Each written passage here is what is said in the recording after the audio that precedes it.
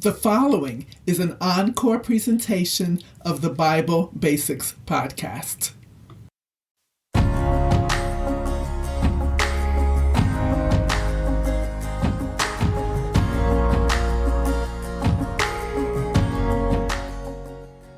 Welcome back to the Bible Basics podcast. If this is your first time joining us, we are so thrilled and excited that you're here.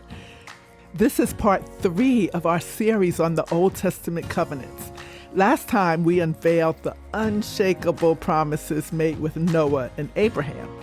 In this episode, we'll venture further into God's redemptive plan, exploring God's covenants with Moses and David. These bonds in blood sovereignly administered reveal God's unwavering commitment to his chosen people. So, if you're eager to discover the depths of his faithfulness, stay tuned to this episode of the Bible Basics podcast as we'll explore God's covenants with Moses and David. Well, welcome everyone. I'm your host, Jacqui, and this is the Bible Basics podcast, where weekly we break down the Bible into understandable, bite-sized chunks.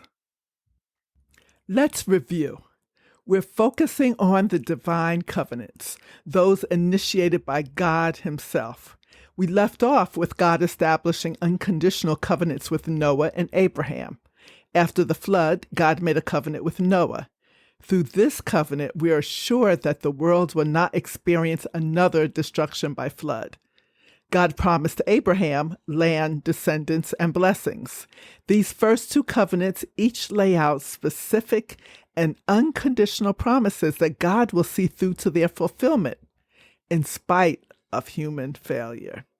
If you missed that episode, I encourage you to go back and listen to it. The link is in the show notes.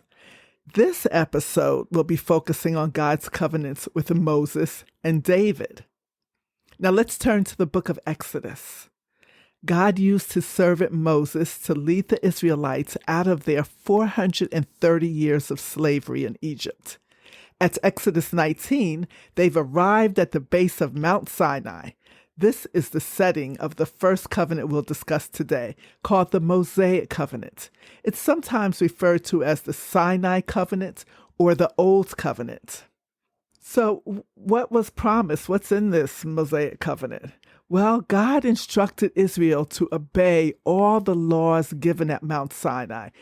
He promised to bring blessings if they followed his commands and curses if they ignored them. The purpose of this covenant was to show Israel how to live in relationship with God and each other. God promised to make Israel into a holy kingdom of priests that would spread his blessings and glory to all the nations.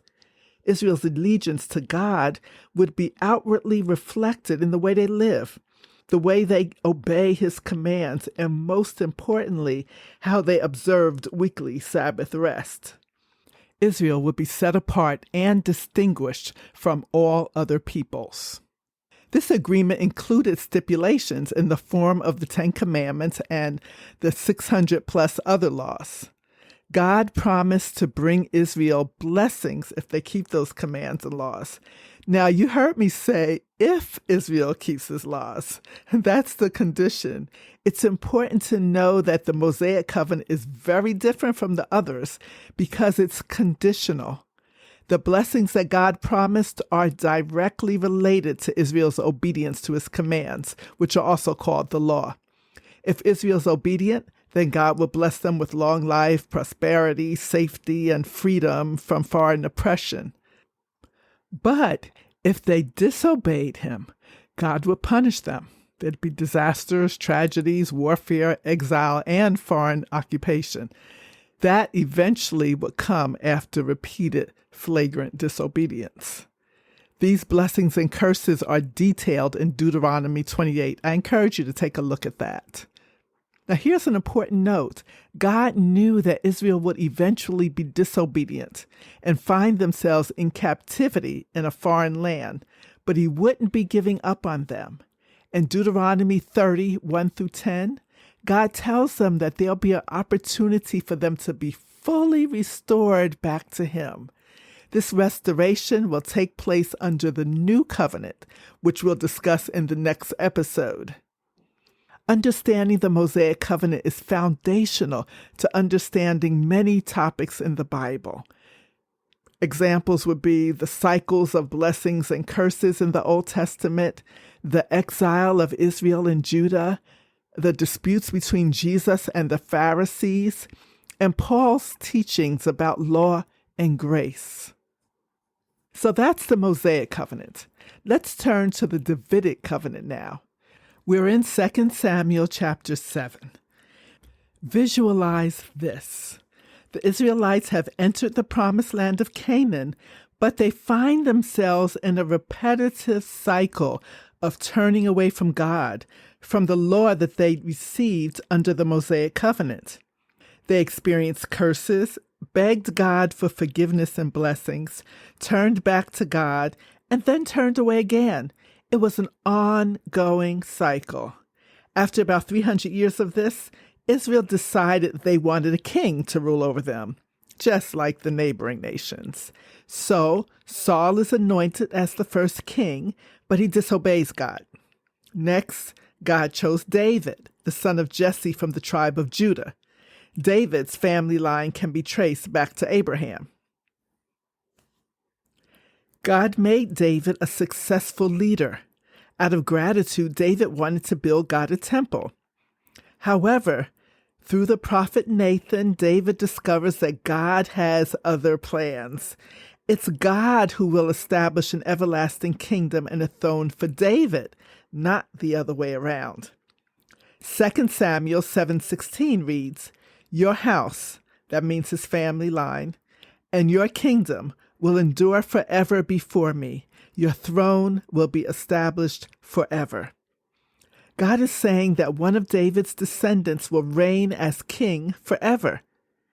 At first glance, we might think, oh, David's son Solomon is in mind here. Yes, he is David's descendant and will even be king. And he'll build a temple. But will he reign forever? Absolutely not. It's only Jesus Christ who will ultimately fulfill this promise. Matthew 1 and Luke 3 give us extensive genealogies to demonstrate that Jesus, his ancestry, places him in David's family line. Also, if you take a look at Luke 1, 32 and 33, you can see that the angel tells Mary that God will give her son the throne of his father David. Her son will reign over remember Jacob, that's Abraham's grandson, will reign over Jacob's descendants forever, a kingdom with no end. The Davidic covenant is unconditional. There is nothing David and his descendants could do to undo this covenant. The fulfillment of these promises rests solely on God's faithfulness. Now, though the Davidic covenant is unconditional, there is a stipulation. If you look at 2 Samuel 7, 14 and 15, you'll see it says, "I will be his father and he will be my son. When he does wrong, I will punish him with a rod wielded by men, with floggings inflicted by human hands." Verse 15, "But my love will never be taken away from him, as I took it away from Saul, who I removed from before you." Here God is saying that if the human king of Israel remains obedient, he'll be blessed. If not, he'll face curses. The historical accounts in the books of Kings and Chronicles provide numerous examples of kings who did evil in the eyes of the Lord, or those that did what was right in the eyes of the Lord. But despite their actions, God's promises did not change. As for the sign of this covenant, we discover in 2 Chronicles 13:5 that it's salt, a preservative, a symbol of fidelity and loyalty. Salt represents God's unchangeable pledge to fulfill the Davidic covenant. This salt serves as a powerful reminder of his faithfulness. The Davidic covenant is everlasting. It's forever. In fact, the word is found 8 times in the 7th chapter of 2 Samuel. This shows us the significance of this aspect of the covenant. No wonder this covenant was key to Israel's hope for the future. When God promises to do something forever, all of eternity is being shaped. In conclusion, with this Davidic covenant, God promised an eternal throne to the house of David, which Jesus Christ ultimately fulfills. Watch how David responds to this promise.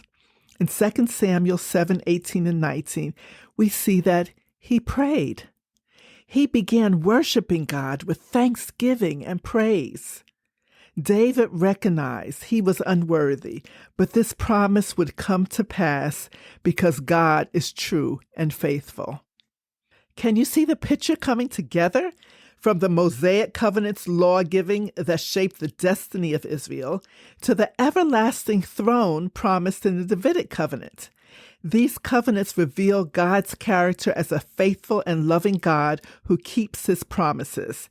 At every step, he's bringing his people closer to him.